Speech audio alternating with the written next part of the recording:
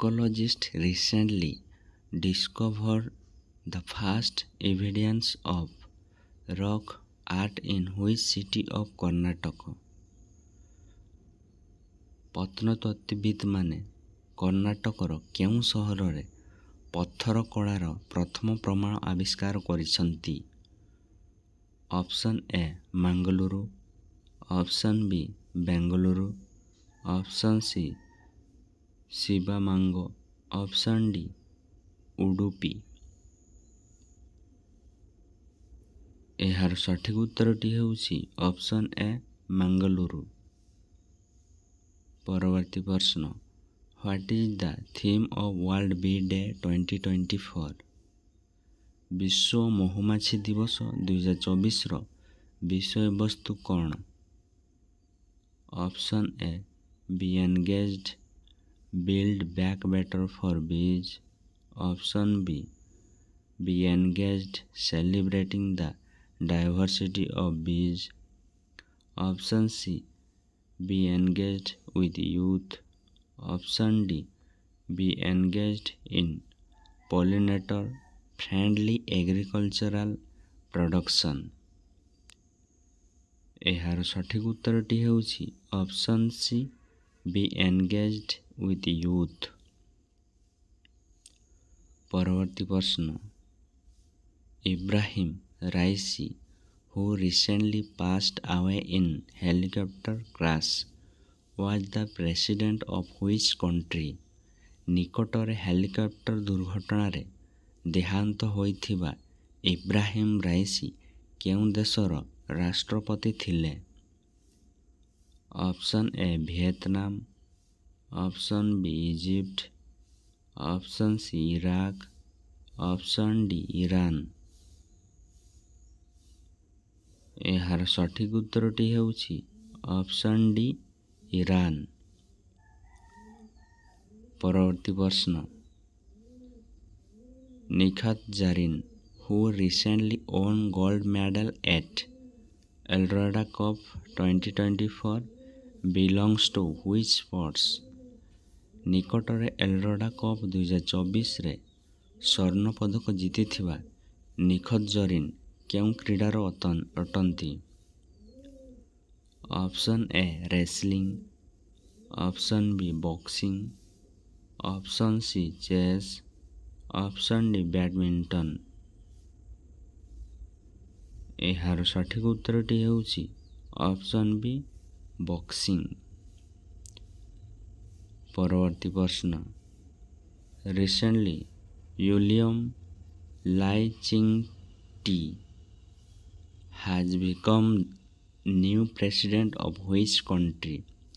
ସମ୍ପ୍ରତି William Lai Ching te କେଉଁ ଦେଶର ନୂତନ ରାଷ୍ଟ୍ରପତି ହୋଇଛନ୍ତି? Option a Philippines, option b Taiwan, option c Thailand, option d Indonesia. ଏହାର ସଠିକ ଉତ୍ତରଟି ହେଉଛି ଅପସନ୍ ବି ତାଇୱାନ। ପରବର୍ତ୍ତୀ ପ୍ରଶ୍ନ, when is the International Museum Day 2024 celebrated recently? ନିକଟରେ ଆନ୍ତର୍ଜାତୀୟ ସଂଗ୍ରହାଳୟ ଦିବସ 2024 କେବେ ପାଳନ କରାଯାଇଥିଲା? Option A 16 May, option B 18 May, option C 17 May, option d none of these.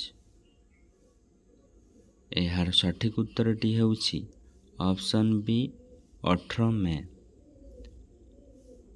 ପରବର୍ତ୍ତୀ ପ୍ରଶ୍ନ, who is going to top the recently released Times Highest Young Players 2024? ସମ୍ପ୍ରତି ରିଲିଜ୍ ହୋଇଥିବା time high age young player 2024କୁ କିଏ ଟପ୍ କରିବାକୁ ଯାଉଛି?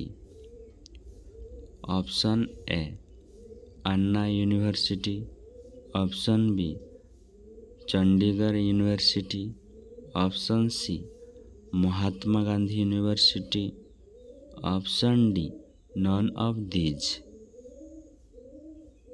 ଏହାର ସଠିକ ଉତ୍ତରଟି ହେଉଛି option c Mahatma Gandhi university.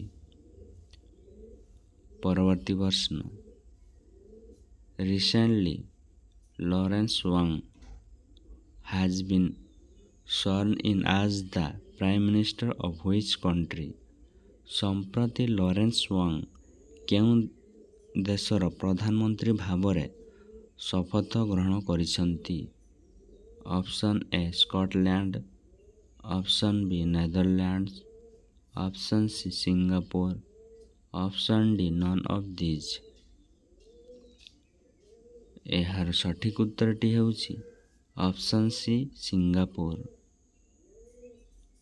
ପରବର୍ତ୍ତୀ ପ୍ରଶ୍ନ, who has recently made the record of hitting the most six in IPL 2024? IPL 2024ରେ ସର୍ବାଧିକ ଛକା ମାରିବାର ରେକର୍ଡ କିଏ କରିଛି? Option a Delhi Capitals, option b Sunriser Hyderabad, option c Royal Challenger Bangalore, option d none of these. ଏହାର ସଠିକ୍ ଉତ୍ତରଟି ହେଉଛି ଅପସନ୍ ବି ସନରାଇଜର ହାଇଦ୍ରାବାଦ। ପରବର୍ତ୍ତୀ ପ୍ରଶ୍ନ, who has been recently honoured with the PSU ସମ୍ପାନା ଆୱାର୍ଡ? ନିକଟରେ PSU ସମ୍ପାନ ପୁରସ୍କାରରେ କିଏ ସମ୍ମାନିତ ହୋଇଛନ୍ତି? Option a Pramod Sharma, option b Hemant Khatri, option c Deepak Ghosh, option d none of these. ଏହାର ସଠିକ୍ ଉତ୍ତରଟି ହେଉଛି ଅପସନ୍ ବି ହେମନ୍ତ ଖାତ୍ରୀ।